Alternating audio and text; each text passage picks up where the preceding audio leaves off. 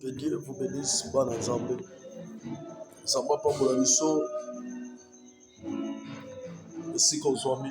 Que Dieu vous bénisse. C'est votre humble serviteur, le prophète Pachimobo.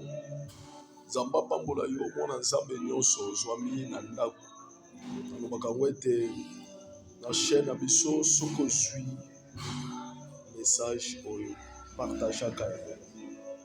Qu'on partager à vous est très important. Qu'on partager à vous, on ça la Fox, Abisso, Tomata, les sous. On a 85, Tokoma, Tina, 100. Bango so tokomi 100 ekozala mingi malamu tokosaute tokóma na ba 100 et quelque kovandisa video moko te yo mpe moto ozozwa video zwaka mpe ntan ya kopartageaka mpo tomata na babone na biso ya chaîne parce que eza chaîne na biso chaîne oyo ezosala biso tozala lelo chaîne oyo tozoyoka mingi liloba na nzambe parce que biso mpe topartage mpe chaîne na biso ekóma lokola bachaîne mosusu omoni soki tozokóma na babone ebele chaîne na biso ezokende liboso eza honneur mpo na biso eza mpe na bato bakosoutenir biso mpo na chaîne ezala mposa bacaméra posala biloko ebele ekozala mpe malamu soki okobenga na nimero ya prophète ekozala mpe malamu mpona contribution ya chaîne na yo parce que eavance ekende liboso surtout partager et surtout s'abonner. Surtout partager et surtout s'abonner. Nous avons partager. Nous avons partager belé pesa ba misusu ayoki message avant dinango yemoko azoli wa partager te.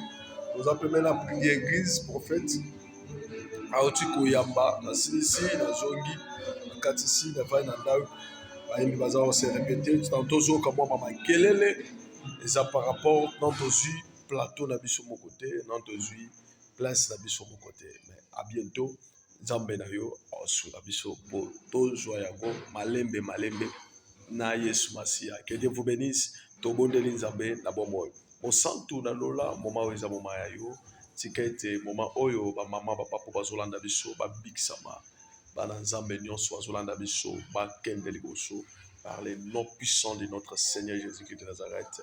Amen. Amen, amen. Zambé ya pambola biso. Zambé ya pambola bana nzambe. Zambé ya pambola peuple de Dieu, ba serviteur, ba servant de l'Éternel. Ba oyo baza ya nzambe, ba oyo balandaka biso na pashi pomolo télévision. Vous avez mis malamu tango zo so message oyo partager pour s'abonner et ça pour intérêt à chaîne na yo.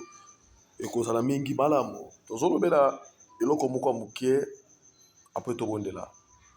Message oyo tozanango ozambe azopesa biso à chaque temps pour na mboka na biso pe pour na biso fato bandango tozana Luc chapitre 4 tozotanga na verset 1er totangi na kombo na Yesu Christ Masia. Jésus rempli du Saint-Esprit revit du Jourdain et il a vu conduit par l'Esprit. Il a fut conduit par l'Esprit dans le désert où fut tenté par les diables pendant 40 jours. Il ne mangeait rien et dire ces jours-là.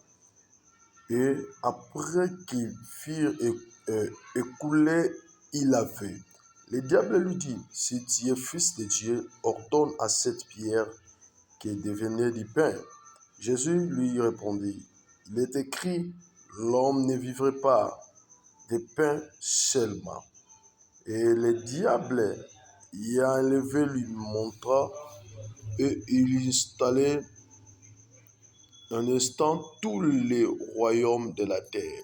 Et lui dit, je te donnerai toute cette puissance et la gloire de ce royaume, car il m'a été donné et je l'ai donné à qui je veux. Si donc tu te prosternes devant moi, il sera tout à toi. Jésus lui répondit, il est écrit, tu adorerais le Seigneur ton Dieu et tu servirais lui seul. Le diable les conduisait encore à Jérusalem, la place sur la haut du temple, et lui dit, si tu es fils de Dieu, jette-toi ici en bas, car il est écrit, il donnerait des ordres à cet ange et ton sujet, afin qu'ils t'aient gardé. Et ils porteront sur la main, de peur que ton pied n'ait ôté contre une pierre.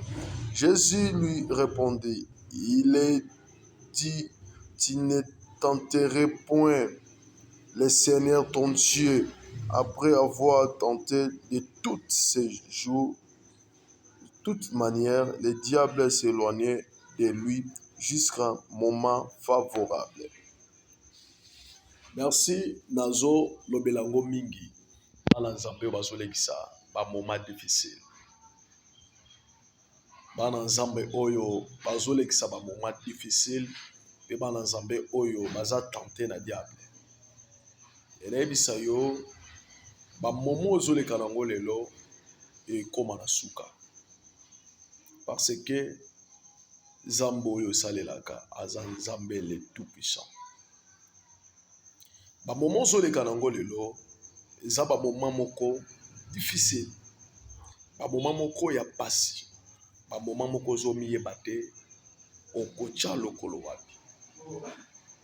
Elebisa mutu moko azolanda ngai ke ba moment ozoleka nango Nzambe aza na contrôle na yo. Nzambe na moment uti ko gêner na scène na ba faiblesse pendant 40 jours Yesu Masia. Le diable a été tenté pendant 3 tentations mobimba ya diable pour que akwesa Yesu aza Nzambe. Le diable azoyeba ke Yesu aza Nzambe. Mais azoyaka pona ko tenter bongo yo mwana Nzambe. Kokwea na ba tentation te. Ma sœur, yo zele ka tantôt na ba difficulté, le diable azoya pour tenter pour quoi ça yo. Pour le temps que zole ka ba difficulté, le diable aussi azoya pour tenter yo.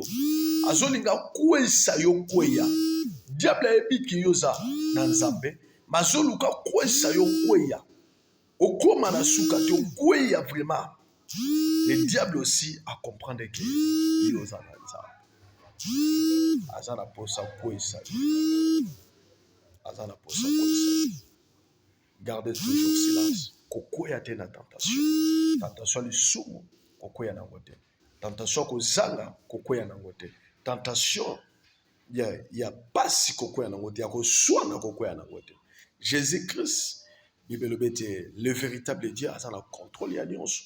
Alinga te yo koya na ba tentation. Gardez toujours silence. Kokoya na ba tentation te.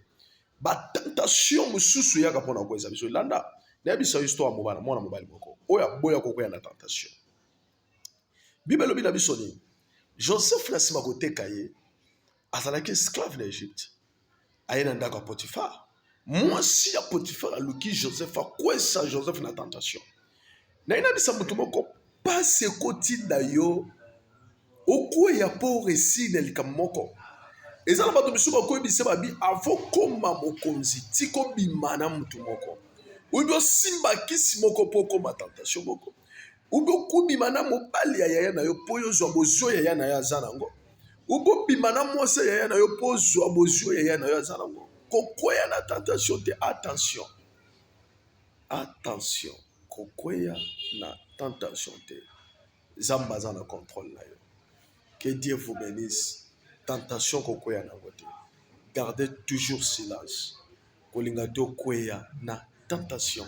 Joseph a kwea na tentation de pa ya Potifar, ma sœur, mon frère. Souffrance. Joseph a équipé na souffrance. A korepe koluka. A kwea na mwasi ya Potifar pour que abanda kozwa mwa bomengo pa mwasi ya Potifar. Mais soka kwea ki na mwasi ya Potifar, alingaki akoma na grandeur.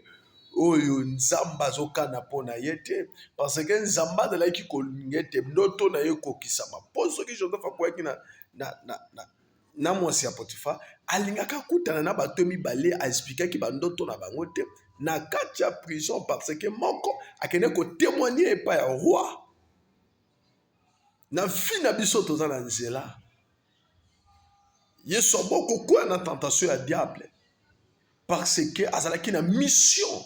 Na fi nous na mission ko limiter mission na yo te pour quoi na tentation. Et belé ba quoi na tentation parce que ba limiter ba mission na bango. Et belé ba sala ba sumo ba ko sala te pourquoi pour réussir quelque chose. Non, gardez silence, mon frère, ma sœur. Kokoya na tentation te. Que Dieu vous bénisse. C'est votre humble serviteur, le prophète Bachir. Nangane bisoka ke kokoya na tentation te. Gardez toujours silence. Que l'Éternel vous bénisse. Numéro ya prophète Bachir. Ils allaient plus 243 89 227 44 47. Partagez yango. Partagez. Partagez. Pe kobo sanate ko s'abonner na chaîne abiso. Dans un poste le loto komata ça. Partagez yango. Maman, au moins nous avons un message, on a bon de la communauté. Partagez pas dans répertoire dans mobile téléphone. Zota le lomo sala. Ya ko bisa tanto mate ya e ko big sa mutu moko za wana ngaka koya na mobali ya bato. Pozo libala. Tanto mutu moko ngaka koya na mosi ya bato pozo libala. Tanto mutu moko ngaka koya pona ndeko moko ya bato pozo libala. Tanto mutu moko ngaka koya pona loko moko pozo libala. Ya wana ko bisoke. Partager yango po ete ya koya te. Tentation mosusu engeyela ya koswana na kati ya ndako na ye efungola baporte d'entrée ya envoûtement koyisama te. Zamba bomoi nzambe ya basakoli ya kala apambola yo. Plus 243 89 227 44 47. So likambo elekeli yo benga tobondela mpona yo. Nzamba puissance, nzamba miracle, nzambe ya batata na biso apambola biso. Ciao.